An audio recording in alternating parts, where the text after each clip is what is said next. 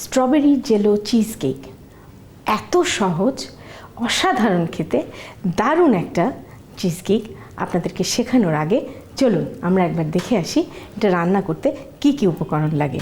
Strawberry jello cheese cake তৈরি করতে আমাদের যা যা লাগবে: strawberry jello 1 pack, evaporated milk 1 tin, cream 1 cup, বাদামের বিস্কিট গুঁড়া 1 কাপ, মাখন 1 টেবিল চামচের 4 ভাগের 1 ভাগ, আইসিং সুগার 1 টেবিল চামচ এবং স্ট্রবেরি সাজাবার জন্য।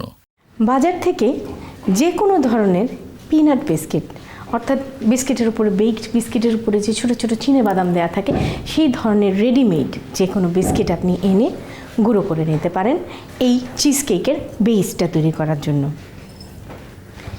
এখানে আমি 1 কাপ নিয়েছি, তার মধ্যে দেব 50 গ্রামস বাটার, অর্থাৎ 1/4 একটা মাখনের, আর সেই সাথে দেব 1 টেবিল স্পুন আইসিং সুগার। জিনিসটাকে ভালো করে মিক্স করে হাতে মাখিয়ে নিলাম। এবারে এটাকে এরকম একটা চিজ কেক প্যান, যেটার তলাটা খুলে নেওয়া যায়, সেরকম চিজ কেক প্যানে বিছিয়ে নিতে হবে।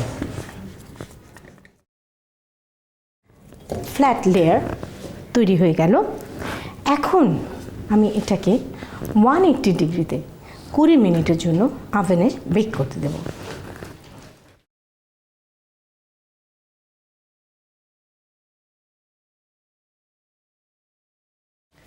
তাহলে প্রিয় দর্শক, আমাদের এই ক্রাস্টটা বেক হতে হতে 20 মিনিট পর আমরা আবার ফিরে আসছি। হয়ে গেল আমাদের 20 মিনিট। আমরা এখন ক্রাস্টটাকে বের করে নিলাম। এবারে আমরা চিজ কেকে চলে যাচ্ছি। প্রথমে আমি এতে দেব এভাপোরেটেড মিল্ক।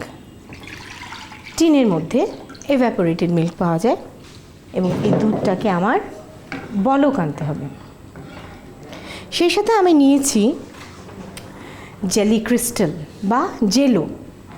বাজারে এখন বিভিন্ন রকমের ফ্লেভারের জেলো পাওয়া যায়, যে কোনো ফ্লেভারেরই চিজ কেক তৈরি করতে পারেন, জাস্ট ইনগ্রিডিয়েন্টসটা ঠিক রাখলেই হলো। এই জেলি ক্রিস্টালটা জমানোর বিশেষ নিয়ম হচ্ছে জাস্ট বলক আনা দুধকে চুলো অফ করে দিয়ে তার মধ্যে ঢেলে, এই জেলি ক্রিস্টালটা ঢেলে ফেটে আপনার গরম অবস্থায় যেই প্যানে আপনি এটা জমাবেন সেটাতে ঢেলে ফ্রিজে রেখে দেবেন এবং কোনো অবস্থায় যেন অ্যাটলিস্ট অন্তত 3 ঘন্টা কোনো ধরনের নাড়া না পড়ে সেই দিকে একটু খেয়াল রাখতে হবে। যখন একদম টকবক করে বলক চলে আসবে চুলো অফ করে দিব এবং ঢেলে দিব আমাদের জেলি ক্রিস্টাল। এবার একটু ভালো করে হুইস্ক করে নেব যাতে এই জেলি ক্রিস্টালগুলো গলে যায়। এইবার আরেকটু মুখরোচক করার জন্য এতে আমি অ্যাড করব 1 বাটি ক্রিম।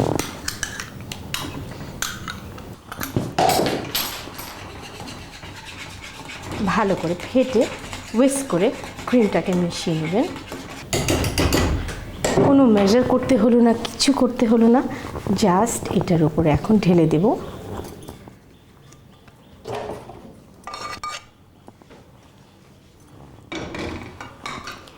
এবং এটাকে নিয়ে সরাসরি ঢুকিয়ে দেব ফ্রিজে।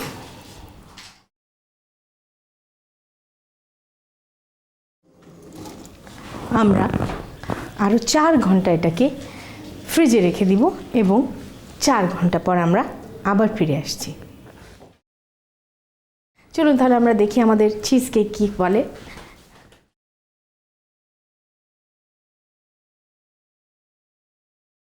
বাহ, কি সুন্দর থকথকে জমে গেছে। এখন আমরা জাস্ট নাম কা ওয়াস্তে, চিজ কেক প্যান এমনিতেই তো তলাটা খুব সহজেই খুলে আসে,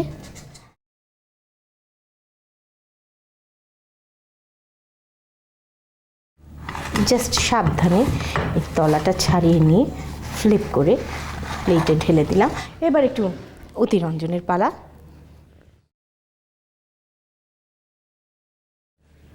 যেমনভাবে ইচ্ছে সাজিয়ে নেবেন। তৈরি হয়ে গেল আমাদের সহজ থেকে সহজতর মজাদার স্ট্রবেরি জেলো চিজ কেক। আপনাদের সবার সুবিধার জন্য চলুন এটার প্রণালীটা আরেকবার দেখে আসছি। প্রথম একটি বাটিতে বিস্কুটের গুঁড়া, মাখন এবং আইসিং সুগার দিয়ে ভালো করে মিশিয়ে নিন। এবার কেক প্যানে ঢেলে সমান করে 180 ডিগ্রি তাপমাত্রায় 20 মিনিটের জন্য ওভেনে দিয়ে দিন। 20 মিনিট পর ওভেন থেকে বের করে নিন। তারপর একটি পাত্রে এভাপোরেটেড মিল্ক দিয়ে জাল দিন। বলক আসলে স্ট্রবেরি জেলো দিয়ে ভালো করে হুইস্ক করে নিন। এবার এতে ক্রিম দিয়ে হুইস্ক করে কেকের প্যানে ঢেলে 4 ঘন্টার জন্য ফ্রিজে রাখুন। 4 ঘন্টা পর ফ্রিজ থেকে বের করে পাত্রে তুলে স্ট্রবেরি দিয়ে সাজিয়ে পরিবেশন করুন ভিন্ন স্বাদের স্ট্রবেরি জেলো চিজ কেক। প্রিয় দর্শক, দেখলেন তো তৈরি হয়ে গেল দুটো দারুণ ডেজার্ট। একটা হচ্ছে একেবারে টকটকে লাল রেড ভেলভেট কেক। এই কেকটা না কেটে আপনাদেরকে আমি শান্তি পাচ্ছি না। এটা কাটার পরে যে ভেতরটা কি সুন্দর হয়, এই দেখুন কি দারুণ সাদা এবং লালের সমাহার। আর ছোট ছোট বাচ্চাদের বলছি, যারা নিত্য নতুন মায়ের কাছে বায়না করো, তাদেরকে মারা খুব সহজেই ইমপ্রেস করতে পারবেন এরকম সহজ একটা জেলো কেক, চিজ কেক দিয়ে।